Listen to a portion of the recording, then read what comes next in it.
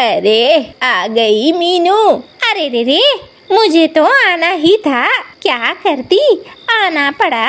हाँ, इतनी ठंड जो है और तुम लोग घर से दूर इस तालाब के पास अलाव क्यों लगाते हो? अरे हम तो यहाँ घर की चिक चिक से दूर रहना चाहते हैं। वहाँ घर के पास लगाएंगे तो कभी ये बुलाने आएगा, कभी वो बुलाने आएगी। हाय हाय, तुम लोगों की तो किस्मत ही फूटी हुई है। मेरी किस्मत देखो, मैं तो बहुओं पे राज करती हूँ, राज। मेरी बहू मजाल है जो चूं चां कर दे, सबको कब्जे में रखा है। हाँ पता है, तूने तो एकदम अत्याचार की सीमा पार कर दी है। अरे चुप कर झुमरी, तू बहुत बोलती है, ज्यादा मत बोल, वरना किसी दिन पता चला कि तेरी बहू ने तुझे जलाकर मार डाला।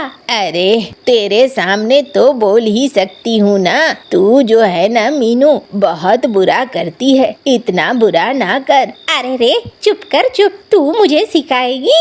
हाँ अरे ठीक ही तो कह रही है। मैंने भी सुना है, तूने कल अपनी छोटी बहू को जला दिया था अंगीठी से। बहुत बुरा है, ऐसा न कर। सू बोली तो बोली, चलनी भी बोली, तू बोल रही है मुझे? तूने जिसने अपनी बहू को डुबो डुबो कर मारा। अरे मैंने कब मारा अपनी बहू को डुबो डुबो कर? हाँ, सभी गांव वालों को पता है। नदी में तूने जानबूझकर उसे धकेल दिया, तभी तो वो बहकर चली गई। ये तू ज्यादा बोल रही है। मेरे घरेलू मामलों में मत बोला कर। जब जानती नहीं है तो मुझे इस तरीके से मत कह। अरे रे रे, वाह वाह वाह, अपने पे जब बात आई तो कितनी जल्दी अकल आ रही है। यही बात तो मैं कह रही हूँ, मेरे घरेलू मामले में दखल देने की कोशिश ना करो। मैं जो कर रही हूँ वो अपने लिए कर रही हूँ। हाँ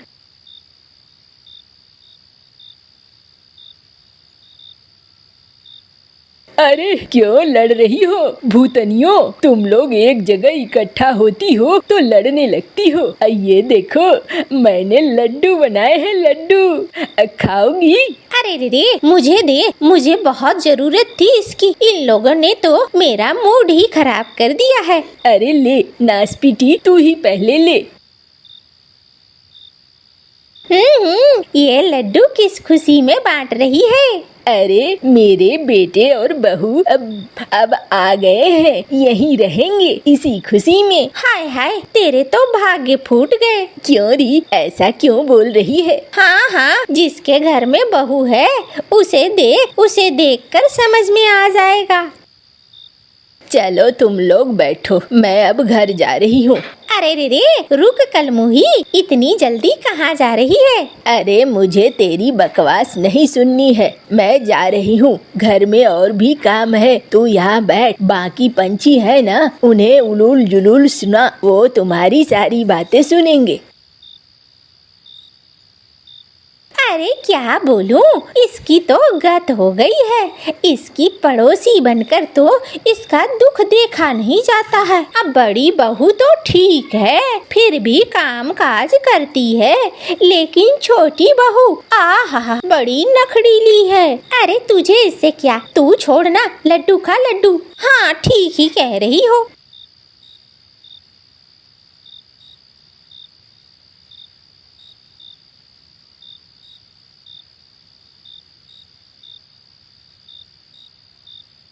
अरे क्या कर रही है बिजली? खाना बना रही हूँ अम्मा। रात का खाना अब लगभग तैयार ही हो चुका है, बस रोटियाँ बनानी है। अरे तो उसे नहीं बुलाया? किसे अम्मा? तेरी छोटी देवरानी को। और किसे? अम्मा मैंने बुलाया, लेकिन वो आना नहीं चाह रही है। अच्छा मैं आती हूँ, जरा देख कर। अरे गौरी, तू खाना बनाने में मदद क्यों नहीं कर रही है? अम्मा, मैं अगर खाना बनाने लगूं तो चूल्हे के पास जाने से मेरा चेहरा खराब हो जाएगा, मेरे रंग खराब हो जाएंगे। अच्छा, मतलब काली है तो और काली हो जाएगी, ये तो अच्छी बात है ना, रंग गहरा हो जाएगा। अम्मा मजाक मत बनाया करो, देखो मैं तो अपने आप का पूरा ध्यान रखती हूँ, मैं आपकी बात नहीं सुनने वाली, मैं नहीं जाऊंगी वहाँ। चूल्हे के पास जाने से अब मेरा चेहरा, मेरी शकल सूरत सब खराब हो जाएगी। अच्छा, अगर चूल्हे के पास नहीं जा सकती है तो दूसरा काम कर ले, चूल्हे के अलावे भी घर में बहुत सारे काम होते हैं। अम्मा, आप ना मुझे ऐसे परेशान मत करो। अरे क्या हुआ अम्मा, क्या बोल रही हो? देखो न जी, ये मुझे कह रही है घर के काम काज करने के लिए, मेरा चेहरा खराब हो जाएगा, मेरे हाथ खराब हो जाएंगे। अरे अम्मा छोड़ो ना, भाभी तो काम कर ही रही है ना, इसके ऊपर इतना दबाव क्यों बना रही हो? अच्छे से खाना मिल ही रहा है, जब भाभी को कोई दिक्कत नहीं है तो तुम्हारे पेट में दर्द क्यों हो रहा है अम्मा? ये तो वही बात हो गई ना कि तुम परेशान करना चाह रही हो मेरी पत्नी को। अरे नास पीटे, थोड़ा तो समझ, हर एक को अपना अपना काम आना चाहिए और समय से आना चाहिए। अम्मा जब समय आएगा तब आ जाएगा, तुम परेशान मत हो। क्या हो गया, किस चीज की बहस चल रही है? अरे भैया देखो ना, अम्मा ना बार बार गौरी को घर के काम करने को कहती है और गौरी घर के काम करना नहीं चाहती है और अम्मा बार बार जिद पकड़े हुए हैं। अरे अम्मा तुम छोड़ो ना, इस मामले में क्यों पड़ती हो? जब बिजली को दिक्कत नहीं है, मुझे दिक्कत नहीं है, तो तुम इतना क्यों परेशान हो रही हो? चलो चलो चलो, कुछ अच्छा सा खाना खाएंगे। क्या बनाया है बिजली ने? अरे तुम दोनों, समझ में तुम दोनों को कभी नहीं आएगा, चलो कोई बात नहीं है।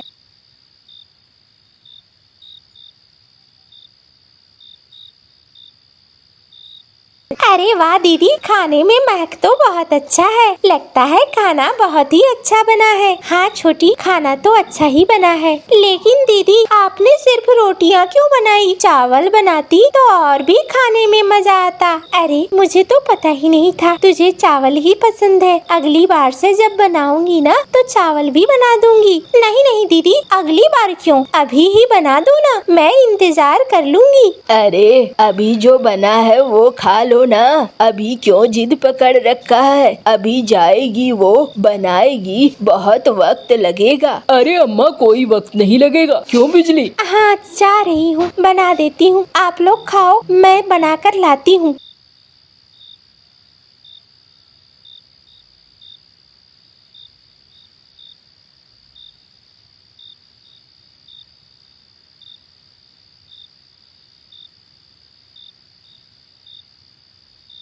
ये ले छोटी, ये चावल खा। अरे दीदी वाह, बड़ा जल्दी बना दिया तुमने।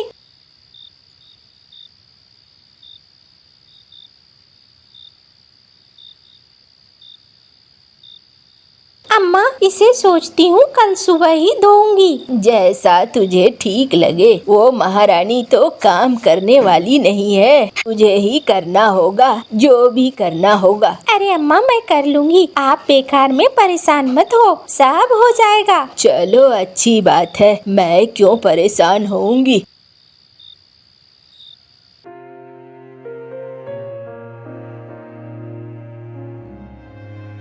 अरे कहाँ हो बिजली? आज ना ये मछलियाँ बनाना अच्छे से। बना दूंगी।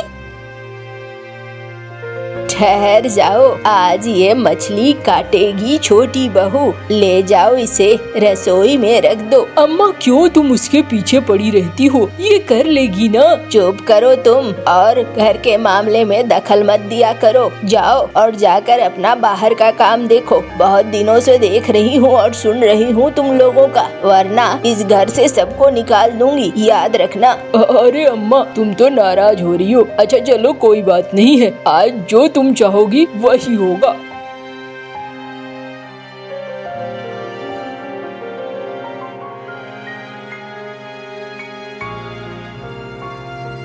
अरे उठेगी भी या सोई रहेगी? क्या हो गया अम्मा? जल्दी से उठ और जा, वहाँ रसोई में मछलियाँ हैं, मछलियों को काट और उसकी सब्जी बननी है। अम्मा मैं नहीं जाऊंगी, मेरे हाथ। अरे तू जाएगी और तू ही करेगी। मुझे नहीं आता है मछलियाँ काटना। अगर आज मछलियाँ नहीं कटी तो आज खाना भी नहीं बनेगा। तू ही बनाएगी और कोई नहीं बनाएगा।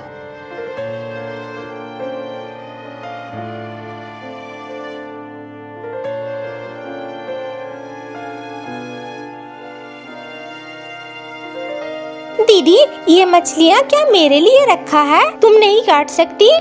अरे मैं तो काटना चाह रही हूँ, लेकिन आज अम्मा बहुत गुस्से में है। आज तू पंगे ना ले और चुपचाप जाकर मछलियाँ काट दे, क्योंकि मैंने बहुत मनाने की कोशिश की। अम्मा मानने वाली नहीं है। अरे ये क्या बात हुई? मेरा मन काम करने को नहीं है तो मुझसे जबरदस्ती काम कराएंगी? हाँ, तुझे ही करना होगा तो खाना मिलेगा, वरना आज किसी को खाना नहीं मिलेगा, याद रखना।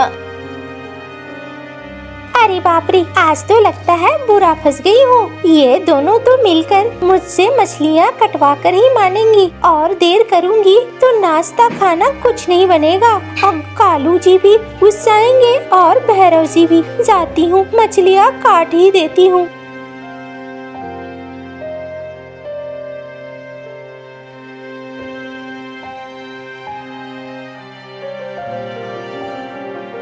अरे तुझे तो मछलियाँ काटनी आती है, तूने कितना अच्छा मछली काटा। अम्मा, लेकिन देखो मेरे नाखूनों में लगा नेल पॉलिश, सब झड़ गया। अब मुझे जाकर फिर से लगाना होगा। मेरे हाथ भी दुख रहे हैं। अब इसे दूसरे तरीके से समझाना होगा। ऐसे नहीं समझेगी ये, ठहर जा।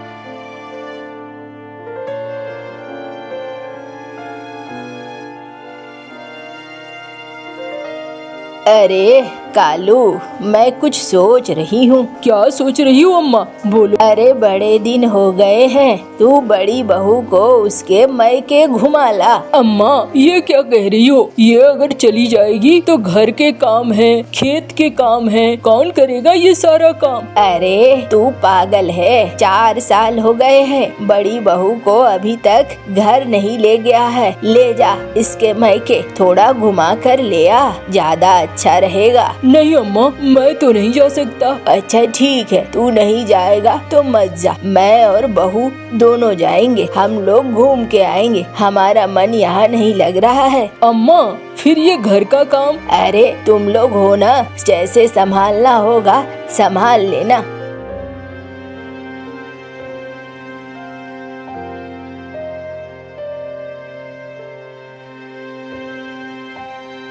चलो चलो रे मंगरू, हमें ले चलो घुमाने।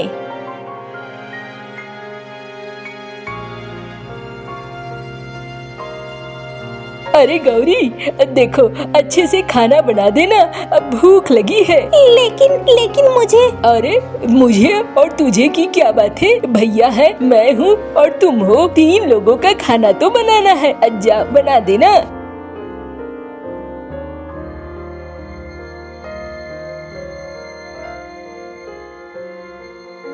हाय हाय, ये तो रोटियां जल गई। अब क्या करूं?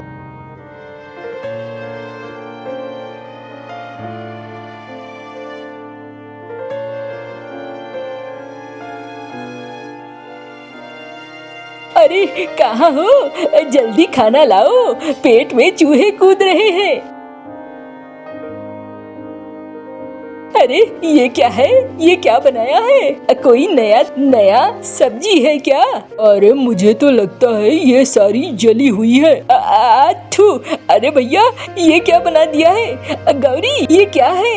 मुझसे जैसा बना मैंने बना दिया। अरे तुमने ये खुद का क्या हाल कर रखा है? जहाँ तहाँ आटा लगा हुआ है, कालिख लगी हुई है। मेरे से काम नहीं होगा, घर का काम मुझसे नहीं होता है, मैंने पहले भी कहा था। अरे लेकिन ये तो गलत बात है ना। अब देखो माँ ने हमें कितना अच्छा सबक दिया, हमारी ही सबसे बड़ी गलती है। माँ ने जानबूझकर यहाँ से जाने का फैसला लिया ताकि हमें अकल आए। देख लो, अगर कल को अकेले तुम दोनों को रहना पड़ेगा तो क्या खाओगे? हाँ मुझे कुछ भी नहीं आता है। अरे ठीक, माँ कह रही थी, मैं ही गलत था। अब मैंने माँ को गलत कह दिया। तुम्हें तो काम काज आना चाहिए था। अब तो माँ को जाकर लाना होगा जल्दी से भैया, वरना ये जली रोटियाँ मुझसे ना होगा। मैं तो जा रहा हूँ।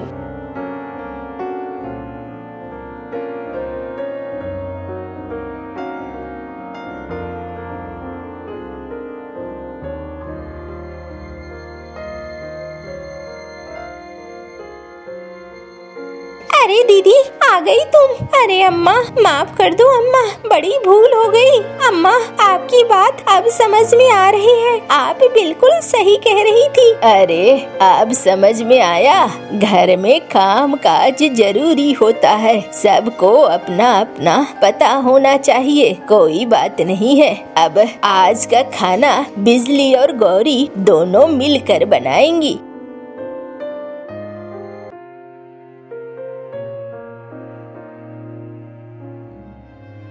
ये देख, ये रहा ना मसाले गए। अब इस मसाले को थोड़ी देर तक भूनना है। जब ये लाल हो जाए तब फिर इसमें पानी डालना है।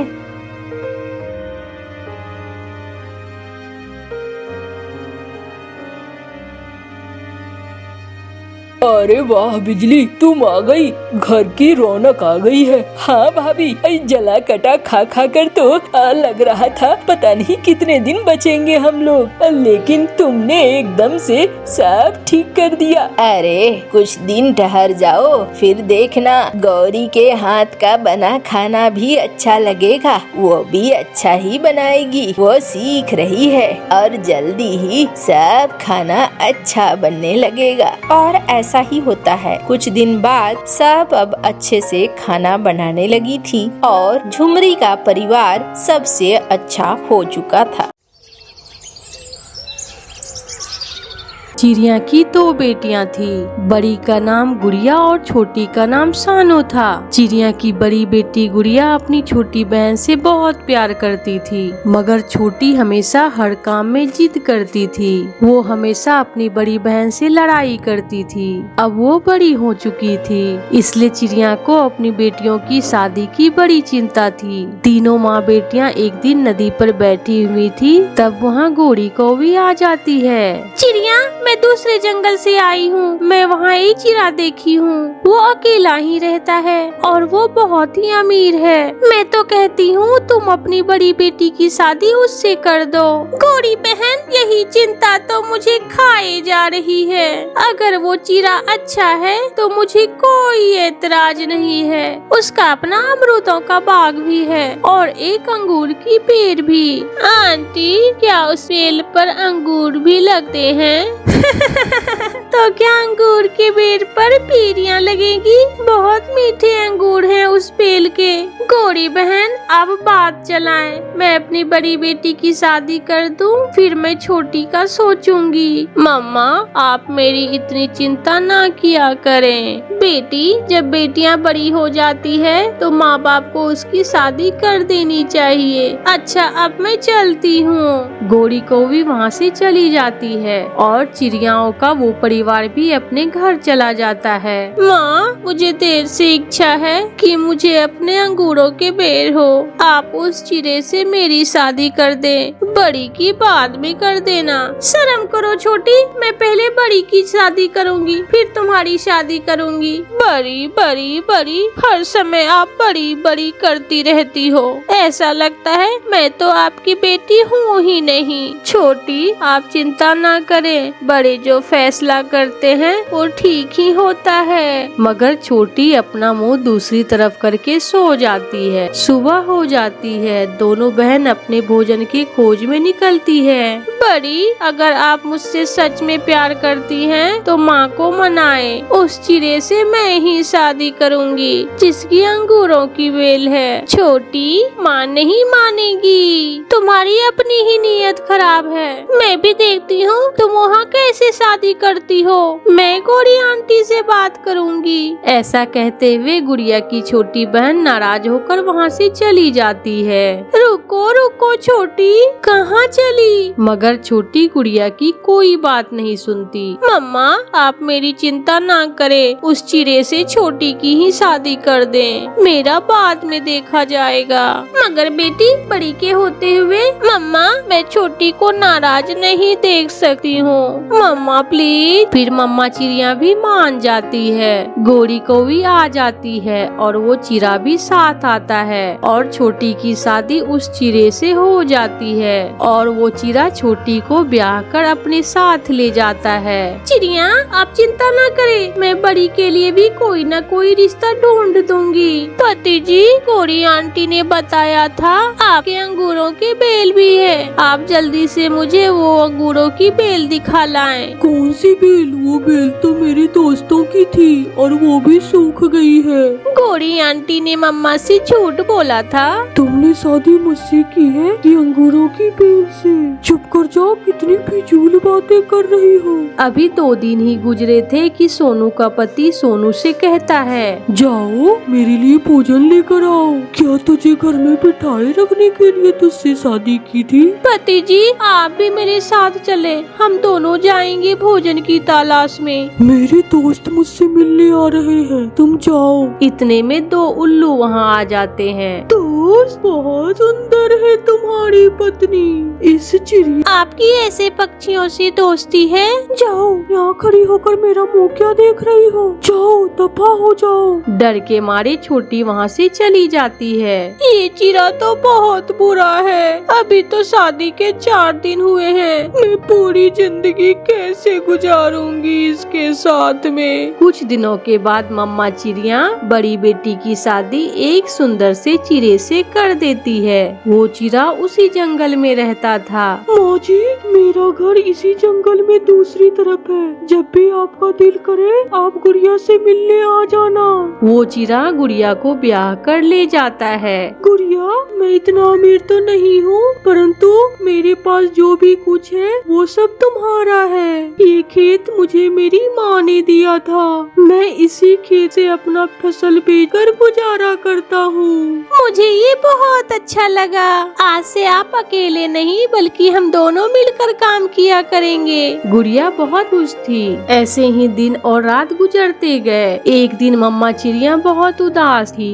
बहुत दिन हो गए, मैं आज अपने दोनों बेटियों को देख कर आती हूँ। फिर मम्मा चिड़िया अपने घर से निकलती है। वो पहले अपने बड़ी बेटी के पास जाती है। अपनी माँ को देखकर गुड़िया बहुत खुश थी। मम्मा, आप ऐसे ही अचानक से बिना बताए आइए, आप बैठिए, मैं आपके लिए फल लेकर आती हूँ। इतने में गुड़िया का पति भी घर आ जाता है। वह ढेर सारा फल लेकर आता है। गुड़िया अपनी मम्मा को फल देती है। मम्मा, मैं बहुत खुश हूँ, मेरे पति मेरा बहुत ख्याल रखते हैं। माँ जी, मैं तो कहता हूँ आप भी हमारे साथ ही आ जाएं। वहाँ अकेले आपका दिल नहीं लगता होगा। जीते रहो बेटा, मैंने सारी जिंदगी उस घर में गुजारी है, अब उसे छोड़ना मुश्किल है मेरे लिए। बड़ी, अब मैं चलती हूँ, मुझे छोटी से भी मिलने के लिए जाना है। मम्मा, मेरा भी छोटी से बहुत दिल उदास है, मैं भी आपके साथ चलती हूँ छोटी से मिलने के लिए। फिर गुड़िया और उसकी मम्मा वहाँ से उड़ती है। सोनू घर के बाहर बैठी हुई रो रही थी। क्या हुआ मेरी बच्ची, आप क्यों रो रही हो? सब ठीक तो है बेटी? अपनी माँ को देखकर सोनू अपनी माँ के गले लग जाती है। माँ, मेरे पति बहुत बुरे हैं, वो मुझे हर रोज मारते हैं। गुड़िया, गुड़िया मेरी बहन, मुझे माफ कर दे। मैंने आपसे बहुत लड़ाई की थी। छोटी, ये तो नसीब की बात है। मेरे पति बहुत अच्छे हैं, वो मेरा बहुत ख्याल रखते हैं। मम्मा, मम्मा, वो अपने दोस्तों के साथ सारा दिन आवारा फिरते हैं और शाम को आकर मुझे मारने लगते हैं। चलो मेरे साथ मेरी बेटी, आपकी माँ भी जिंदा है। फिर गुड़िया और उसकी मम्मा सोनू को अपने साथ लेकर जाती है, क्योंकि एक माँ अपने बेटी को दुखी कैसे देख सकती है। कालू कौवा कुछ ले देकर मिट्ठू राजा के यहाँ संतरी लग जाता है। अब तो कालू कौवे की ठाठ बाट ही अलग थी, वो तो अकड़ अकड़ के उड़ता। कालू, ध्यान रखना, मेरे जंगल में किसी गरीब पक्षी पर जुल्म न करना। अगर कोई किसी को तंग करे तो मुझे जरूर बताना। मैं अपने जंगल के सभी पक्षियों को खुश देखना चाहता हूँ। राजा जी, आप चिंता ना करें, अब आ गया है ना कालू कौवा। मैं कोई साधारण कौवा नहीं हूँ, मैं पक्षियों का बहुत ध्यान रखूंगा और अगर कोई किसी को तंग करेगा तो तुरंत आकर आपको बताऊंगा। मगर कालू कौवा तो बहुत ही ज्यादा गंदा पक्षी था, मगर उसकी पत्नी गोरी कौवी तो उससे भी ज्यादा 2 हाथ आगे थी। कालू जी, ऐसे किसी को कैसे पता लगेगा कि मेरा पति राजा जी के यहाँ संतरी है? चलो किसी कमजोर पक्षी को देखकर डराते हैं। चलो गोरी, आज चाचा कबूतर की दुकान से तुझे फ्री में मिठाई खिलाता हूँ। फिर गोरी कौवी और कालू कौवा चाचा कबूतर की दुकान की तरफ जाते हैं। ओए कबूतर, जल्दी जल्दी से मुझे गरम गरम गुलाब जामुन दे। तुम्हारे पास इतने भी पैसे हैं कि तुम गरम गरम गुलाब जामुन खाओगे? चाचा कबूतर, आप जानते नहीं हो, मेरे पति कालू राजा जी के यहाँ संतरी लग गए हैं। जल्दी से गुलाब जामुन दो, नहीं तो तेरी ये दुकान यहाँ से मैं उठवा दूंगा। बड़े देखे हैं मैंने तुम्हारे जैसे संतरी। चल भाग यहाँ से, बड़ा आया यहाँ पर फ्री में गुलाब जामुन खाने के लिए। कालू कौवा जान जाता है कि चाचा कबूतर के यहाँ उसकी दाल गलने वाली नहीं है, इसलिए वो गोरी कौवी से कहता है, चलो गोरी, इसे तो मैं बाद में देख लूंगा। फिर कौवा और कौवी वहाँ से चले जाते हैं। घर जाकर गोरी कालू कौवे से कहती है, कालू जी, ऐसे कोई पक्षी हमसे डरने वाले नहीं हैं। तुम राजा जी को साथ लेकर पूरे जंगल की एक चक्कर लगाओ, ताकि ये पक्षी तुम्हें राजा जी के साथ देख ले। फिर देखना कैसे तुमसे ये सब डरते हैं। ये मुश्किल काम नहीं है, मैं आज ही राजा जी को कहता हूँ। फिर कालू कौवा राजा तोते के पास जाता है और कहता है, राजा जी चले, आज मैं आपको सारे पक्षियों के घर को दिखाता हूँ। चलो संतरी जी, मैं भी चाहता हूँ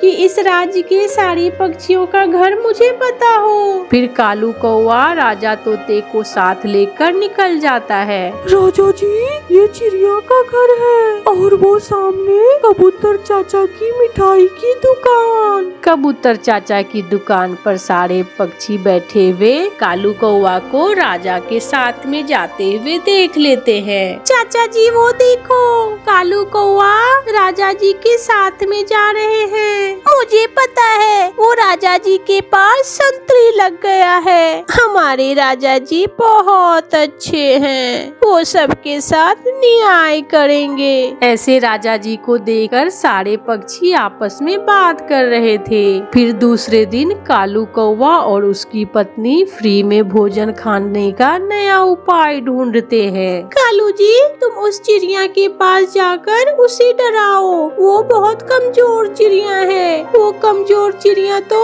तुमसे जरूर डर जाएगी और अपना सारा भोजन तुम्हें दे देगी। अब तो पूरे जंगल को पता चल गया है कि मैं उस तोते राजा का संतरी हूँ। मैं अभी चिड़िया के पास जाता हूँ। फिर कालू कौवा छोटी चिड़िया के घर पर जाता है। चिड़िया, राजा जी का आदेश है, हैं कि जंगल में भोजन का बहुत कमी है और जिस पक्षी के पास भी एक से ज्यादा बच्चे हैं उसे मार दो। ये सुनकर चिड़िया की तो जान ही निकल जाती है। नहीं नहीं कालू भैया, कालू भैया मैं पहले था, अब मैं राजा का संतरी हूँ। कालू भैया संतरी जी, ऐसा कैसे हो सकता है? मेरे बच्चे तो केवल 2 दाने ही खाते हैं और 2 ही तो बच्चे हैं मेरे। तो खुश करो मुझे, मैं राजा जी से तुम्हारी सिफारिश कर दूंगा। वो कैसे संतरी जी? तुम्हारे घर में जो भोजन है उसमें से मुझे आधा दे दो। चिड़िया बेचारी करती भी तो क्या, कौवा संतरी ने उसे इतना डरा ही दिया था। ले जाएं संतरी जी, जो चाहे ले जाएं, मगर मेरे बच्चे को कुछ ना कहना। फिर कालू कौवा चिड़िया के घर से एक थैले में सारा दाना डालकर ले जाते हैं। मम्मा, जंगल का राजा तो अपने राज्य की रक्षा करता है, फिर राजा जी ऐसा कैसे कह सकते हैं? बेटी, हम तो गरीब पक्षी हैं, राजा जी के आदेश के आगे हमारा क्या? अच्छा हुआ जो कालू संतरी भोजन लेकर मान गया, मैं फिर से भोजन जमा कर लूंगी। फिर कालू जी, चिड़िया तो बहुत रोई होगी। ऐसे रो रही थी चिड़िया। जब मैं भोजन मांगा तो चिड़िया ने चुपचाप आधा भोजन दे दिया। अब तो मुझे किसी और के पास जाने की जरूरत ही नहीं है, हम हर रोज चिड़िया से ही भोजन लेकर खा लिया करेंगे। जब कालू संतरी राजा तोते के पास जाता है तब राजा जी कालू कौवे से कहते हैं, संतरी जी, मेरे जंगल के सभी पक्षी खुश तो है ना? राजा जी, सब पक्षी बहुत खुश हैं। अब आपको जंगल में जाने की कोई जरूरत नहीं है, मैं आपको पूरे जंगल की रिपोर्ट दे दिया करूँगा। तुम ये भोजन ले जाओ और सारे गरीब पक्षियों को ये भोजन बांट दो।